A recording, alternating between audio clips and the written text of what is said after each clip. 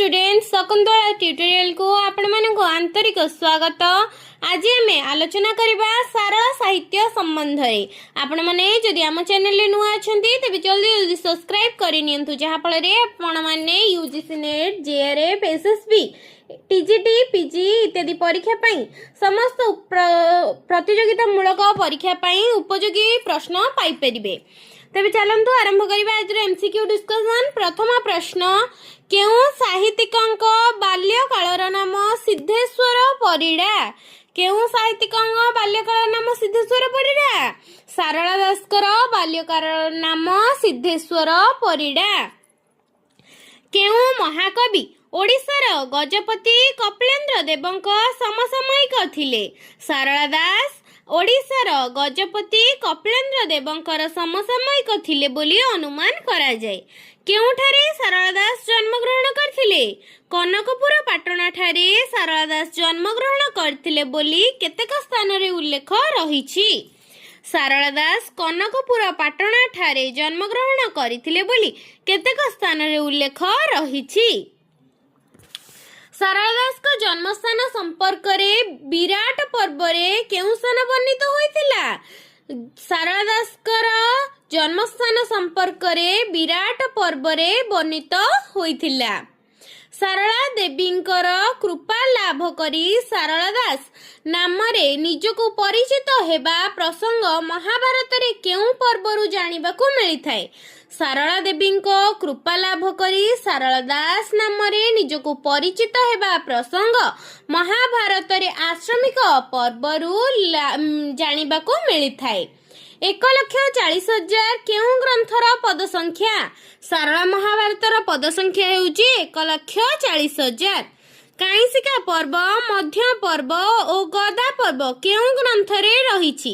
काईसिका पर्व, मध्य पर्व और गदा पर्व सारला महाभारत रे रहिछि। सौप्तिक पर्व और अनुशासनिक पर्व और महाप्रस्थानिक पर्व केउ पुस्तक रे रहिछि?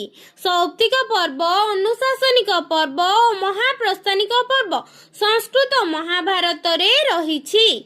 1,00,000 श्लोक केउ ग्रंथ रे स्थानित? 1,00,000 श्लोक संस्कृत महाभारत रे स्थानित। 1,00,000 श्लोक केउंथिरे स्थानित? 1,00,000 श्लोक महाभारत रे संस्कृत महाभारत रे स्थानित। सारला महाभारत, बिलंका रामायण, चंडीपुराण आदि ग्रंथ रे रचयिता किए? सारला महाभारत, बिलंका रामायण, चंडीपुराण आदि ग्रंथ रचयिता हेउछन्ती सारला दास। सारला देवींको बरपुत्र रूपे सारला दास निजको केउ ग्रंथ रे परिचय कराइछन्ती? सारला देवींको बरपुत्र रूपे सारला दास निजको सारला महाभारत रे परिचित कराइछन्ती। सारला दास को बिलंका रामायण केउ ग्रंथर छाया रे रचित? सारला दास को बिलंका रामायण अद्भुत रामायण ग्रंथर छाया रे रचित। केउ ग्रंथर अनुसरण रे सारला दासकर चंडीपुराण रचित? सप्तशती चंडी ग्रंथर अनुसरण रे सारला दास चंडीपुराण रचित। सप्तशती चंडी ग्रंथर अनुसरण रे सारला दास चंडीपुराण रचित। सारला दास चंडीपुराण अन्य केउ नाम रे परिचित? सारला दास चंडीपुराण देवी भागवत नाम रे परिचित। सारला दास चंडीपुराण केउ नाम रे परिचित? सारला दास चंडीपुराण देवी भागवत नाम रे परिचित। दांडी वृत्तर जनक किए? दांडी वृत्तर जनक सारला दास। दांडी वृत्त संस्कृत केउ वृत्तर अनुसरण रे रचित? दांडी वृत्त संस्कृत दंडक वृत्त अनुसरण रे रचित। दांडी वृत्त संस्कृत केउ वृत्तर अनुसरण रे रचित? दंडक वृत्त अनुसरण रे रचित। सिद्धेश्वर कहार पूजक थिबारु शूद्रमुनि नाम रे परिचित हेले? सिद्धेश्वर सारलांकर पूजक थिबारु शूद्रमुनि नाम रे परिचित हेले।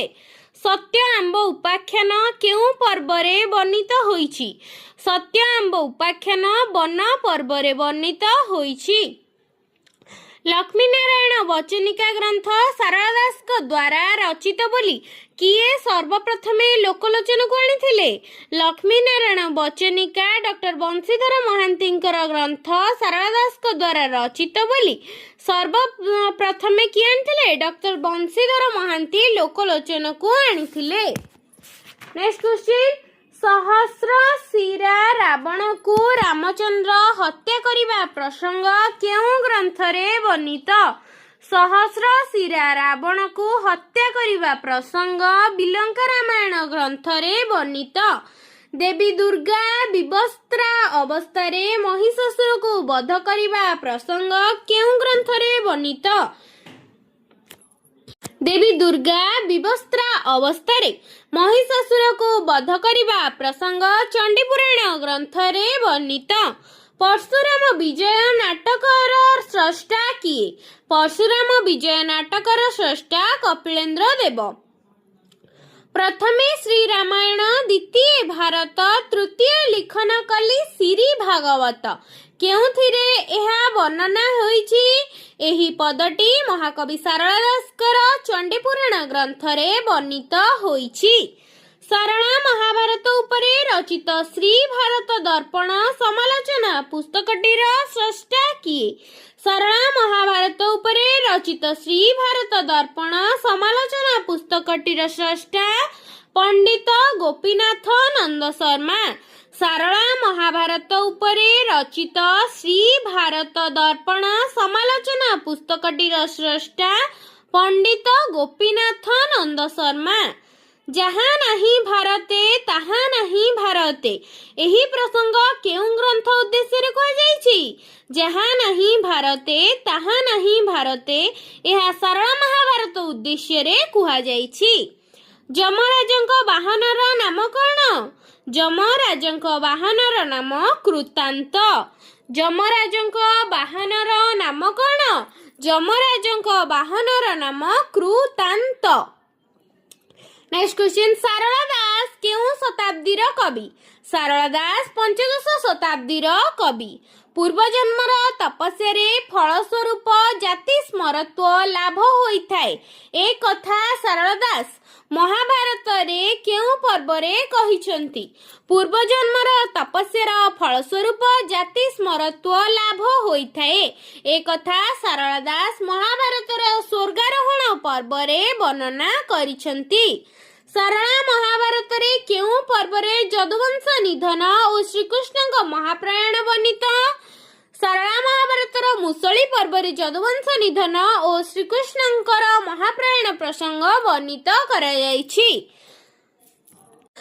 झंकड़ ग्राम रे मोर अटई बसती मूर्खंक गोष्ठी रे सदा गला दिन राति। झंकड़ ग्राम रे मोर अटई बसती मूर्खंक गोष्ठी रे सदा गला दिन राति। उक्त पदटी रे सारला दास निज जन्म संपर्क रे केउं ग्रंथरे कहिसंती? झंकड़ ग्राम रे मोर अटई बसती मूर्खंक गोष्ठी रे सदा गला दिन राति। उक्त पदटी सारला दास निज जन्म संपर्क रे बिलंका रामायण ग्रंथरे कहिसंती। शूद्रमुनि उपाधि देवी प्रदत्त बोली सारला दास केउं पर्व रे कहिसंती? शूद्रमुनि उपाधि देवी प्रदत्त बोली सारला दास आदि पर्व रे कहिसंती। ओडिया महाभारत केउं ग्रंथर अनुसरण रे रचित? ओडिया महाभारत संस्कृत महाभारत अनुसरण रे रचित। ओडिया महाभारत केउं ग्रंथर अनुसरण रे रचित? ओडिया महाभारत संस्कृत महाभारत ग्रंथर अनुसरण रे रचित। दुर्योधनଙ୍କ रक्त नदी संतरण कविताटी सारला महाभारत रे केउं पर्वरु आसीछि? दुर्योधनଙ୍କ रक्त नदी संतरण कविताटी सारला महाभारतर गदा पर्वरु आसीअछि। आज आम सरल साहित्यर 33 टी एमसीक्यू डिस्कसन कले। नेक्स्ट क्लास रे 34 नंबर रु आलोचना करिबा, जहा फल आपण माने पीजी पीएचडी इत्यादि पई विस्तृत भाव रे आलोचना करि परिबा। एवं यही भिडियोटी आपण मानकर सहायता करुथिबो बोली मु आशा करूछि। तेबे जल्दी जल्दी लाइक शेयर और कमेंट करंतु एवं आम चैनल को सब्सक्राइब करंतु।